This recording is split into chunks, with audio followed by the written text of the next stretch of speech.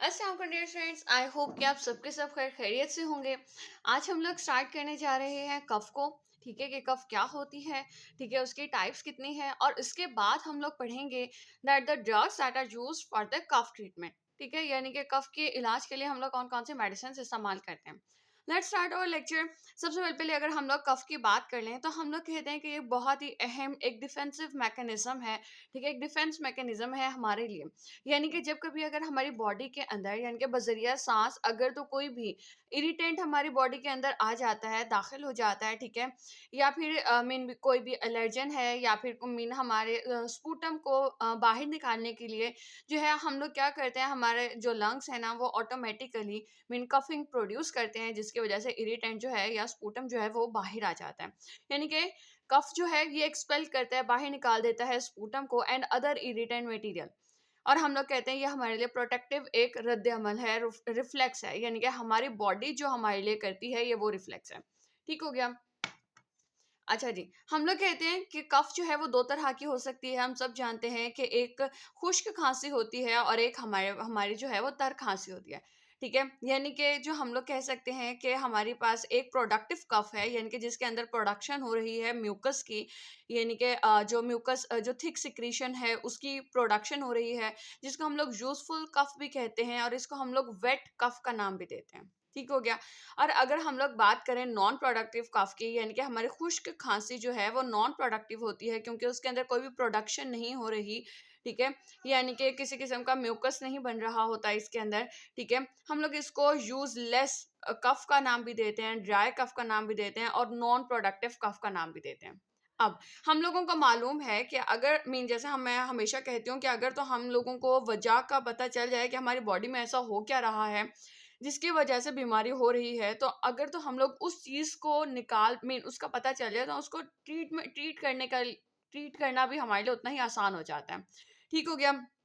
जैसे कि अगर हम लोग बात कर लेते हैं प्रोडक्टिव कफ की, यानी कि अगर हम हमें पता है कि हमारी सांस की नाली में एक विस्कस किस्म का थिक किस्म का जो है वो म्यूकस पड़ा हुआ है, एक सिक्रीशन पड़ी हुई है, जिसको मीन हम लोग कह सकते हैं कि जैसे कह सकते हो कि थिक विस्कस मटेरियल है जो कि हमारी सांस की नाली में मौजूद है, जो हमें इरिटेट कर रहा है और हम लोग खांसते हैं और उसकी वजह से हमें खांसी भी पैदा हो रही है।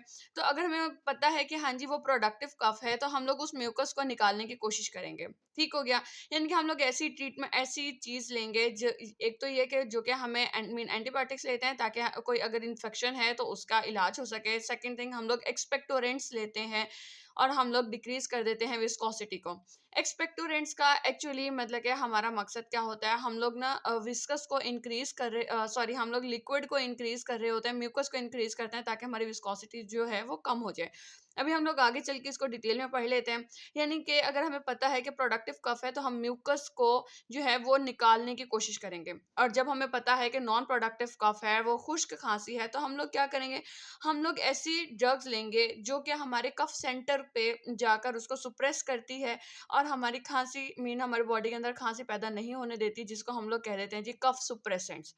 ठीक है, हम लोग कफ सुप्रेसेंट्स लेते हैं जिसको हम लोग एक और नाम देते हैं एंटीटसिव्स का। ठीक हो गया।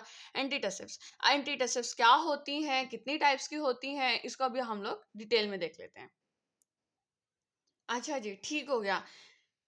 अच्छा, थोड़ा-सा ना मेसी सा हुआ है पेज, आप लोगों ने इसको देखकर घबराना नहीं है, ठीक है? हम लोग इसको इंशाल्लाह इंशाल्लाह बहुत अच्छे से और आसान लफ्ज़ों में इसको हम लोग समझ लेंगे, और समझने के बाद हमें खुशी भी होगी कि हाँ जी, हमें इसका ट्रीटमेंट जो है वो समझ में आ गया। हम लोग क्या कहते हैं, हम कहते हैं कफ के इलाज के लिए जो हम लोग मेडिसिन इस्तेमाल कर रहे हैं, इसके अंदर एक तो आ जाती है जी आपके पास सेंट्रल एंटीटसिव्स, ठीक है? या फिर मैं ये बात करती हूँ एंटीटसिव्स आ जाती हैं, ठीक है? एक हमारे पास एक्सपेक्टोरेंट्स आ जाते हैं और एक हमारे पास आ जाते हैं जी म्यूकोलेटिक्स। ठीक हो गया। अच्छा जी, एंटीटसिव्स जो है वो हमारे पास 2 तरह की आती हैं। एक सेंट्रल एंटीटसिव्स होती हैं और एक हमारे पास आ जाते हैं जी पेरिफेरल एंटीटसिव्स। एंटीटसिव्स क्या हैं? ये क्या होती हैं? ये कफ सुप्रेसेंट्स हैं, यानी कि खाँसी को दबाने वाले, ठीक है? मैं अगर इसके साथ लिख दूँ कि ये कफ सुप्रेसेंट्स हैं, तो बात गलत नहीं होगी। ठीक हो गया? मैं कहती हूँ कि कफ सुप्रेसेंट्स हैं। कफ सप्रेसेंट्स हैं यानी कि हमारे जो सीएनएस के अंदर जो कफ सेंटर है उसको दबाकर यानी कि उसको सुप्रेस करके हम लोग खांसी को रोक लेते हैं। ऐसे अद्वियात हमारी एंटीटसिव्स कहलाती हैं। ये एंटीटसिव्स जो है ये दो तरह की मजीद आ जाती हैं, एक हमारे पास सेंट्रल एंटीटसिव्स आ जाती हैं और एक पेरिफेरल एंटीटसिव्स आ जाती हैं। दोनों के अंदर फर्क क्या होता है कि सेंट्रल एंटीटसिव्स ऐसी मेडिसिन हैं जो कि डायरेक्टली सुप्रेस कर देती हैं कफ सेंटर को जो कि मौजूद है हमारे मेड्यूला में। ठीक है, यानी कि हमारी ऐसी मेडिसिन हैं जो कि एंटर हो सकती हैं सीएनएस के अंदर। और ये जो सेंट्रल एंटीटसिव्स हैं इनके अंदर जो है बेशतर सेंट्रल एंटीटसिव्स के अंदर सिडेटिव एक्टिविटी भी होती है। वैसे अगर हम लोग इसको मजीद देखें तो सेंट्रल एंटीटसिव्स दो तरह की मेडिसिन में डिवाइड हो जाती है, यानी कि हमारे पास आ जाता है जी नारकोटिक एंटीटसिव्स, हाँ जी, और एक आ जाता है जी नॉन नारकोटिक एंटीटसिव्स।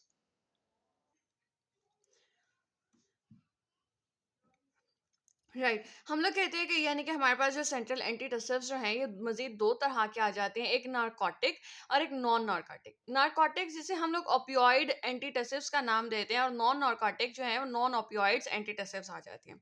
अच्छा जी, नारकोटिक एंटीटसिव्स की बात करें तो हमारे पास ये ऐसी मेडिसिन हैं जो कि सेंट्रली एक्ट करती हैं। ठीक है, यानी कि जाके डायरेक्टली हमारे वो जो सीएनएस के अंदर जो कफ सेंटर है ना उसको जाके सुप्रेस करेंगी। फिर हम लोग इसको इस्तेमाल करते हैं फॉर ड्राई और पेनफुल कफ, यानी कि जो खुश्क खांसी है और जो दर्द वाली जो खांसी होती है उसके लिए हम लोग इस्तेमाल करते हैं। As for example codeine phosphate and pholcodine. ठीक हो गया। हम लोग कहते हैं कोडीन फॉस्फेट से ना एडिक्शन भी पैदा हो सकती है, यानी कि आदत भी लग सकती है और कॉन्स्टिपेशन भी होती है। एज कम्पेयर टू अगर हम लोग फॉल कोडीन को देखें तो ये एडिक्शन पैदा नहीं करती और कॉन्स्टिपेशन भी पैदा नहीं करती। ठीक हो गया, आई थिंक सो ये चीज नजर आ रही होगी। ठीक हो गया। अच्छा जी, अब अगर हम लोग बात करें नॉन नारकोटिक ओपियोइड्स की, सॉरी नॉन नारकोटिक या नॉन ओपियोइड एंटीटसिव्स की, तो ये सेंट्रली एक्ट करती हैं। ठीक हो गया, यानी कि जाके सीएनएस के अंदर हमारा जो कफ सेंटर है उसको जाके सुप्रेस करेगी। लेकिन अच्छा, और हम लोग इस्तेमाल भी इसको ड्राई और पेनफुल कफ में इस्तेमाल करते हैं।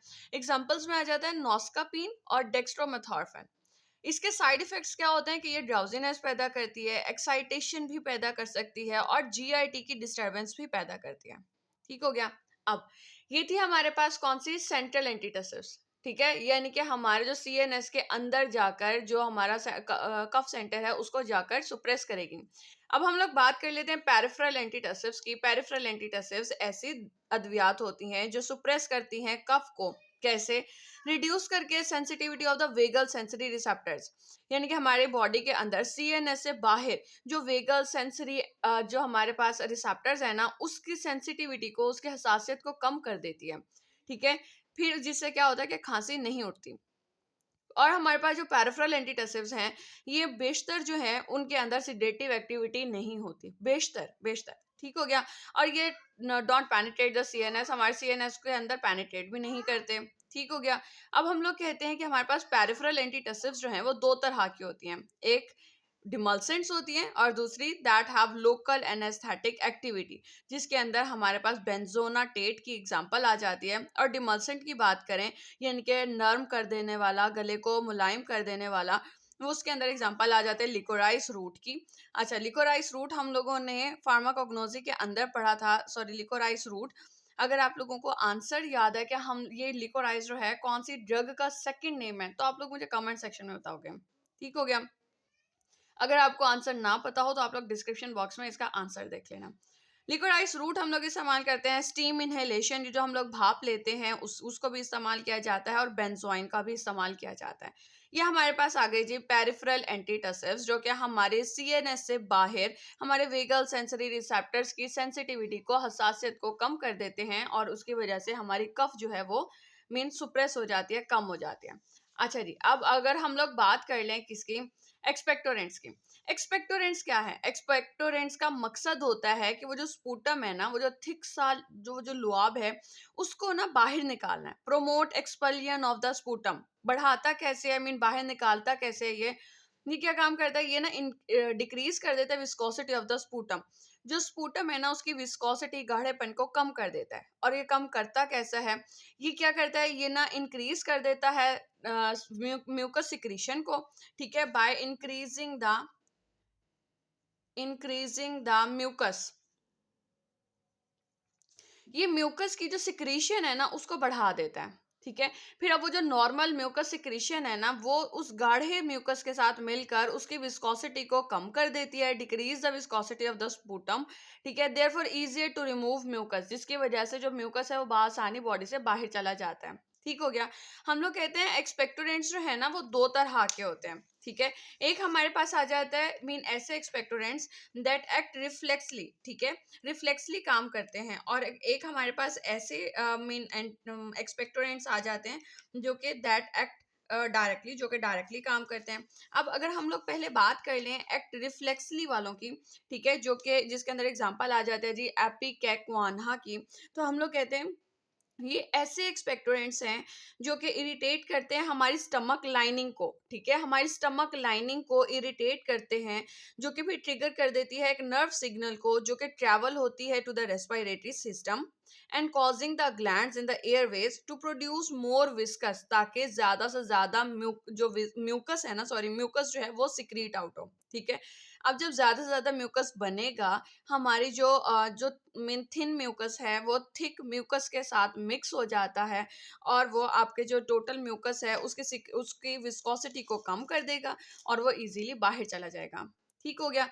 यानी कि एक्ट रिफ्लेक्सली में हमारी जो ड्रग है वो जाकर जो स्टमक लाइनिंग है ना उसको जाके ट्रिगर करती है, ठीक है, और फिर बाद में उसमें इरिटेशन पैदा करती है हमारी स्टमक लाइनिंग के अंदर। या फिर मैं आपको राइट अच्छा देखें, ये हमारा रिफ्लेक्स एक्शन है और ये हमारा डायरेक्ट एक्शन है।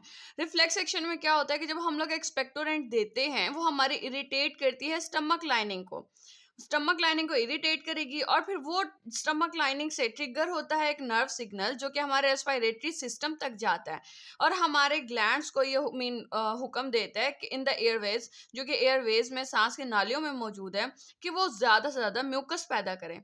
अब ये जो जो म्यूकस है ना, thus thinning the existing mucus, वो जो हमारा पहले से जो गाढ़ा सा जो म्यूकस मौजूद है ना उसकी विस्कोसिटी को कम कर देता है and making it easier to cough up, और वो बासानी खांसी के साथ जो है ना बाहर आ जाता है, ठीक हो गया।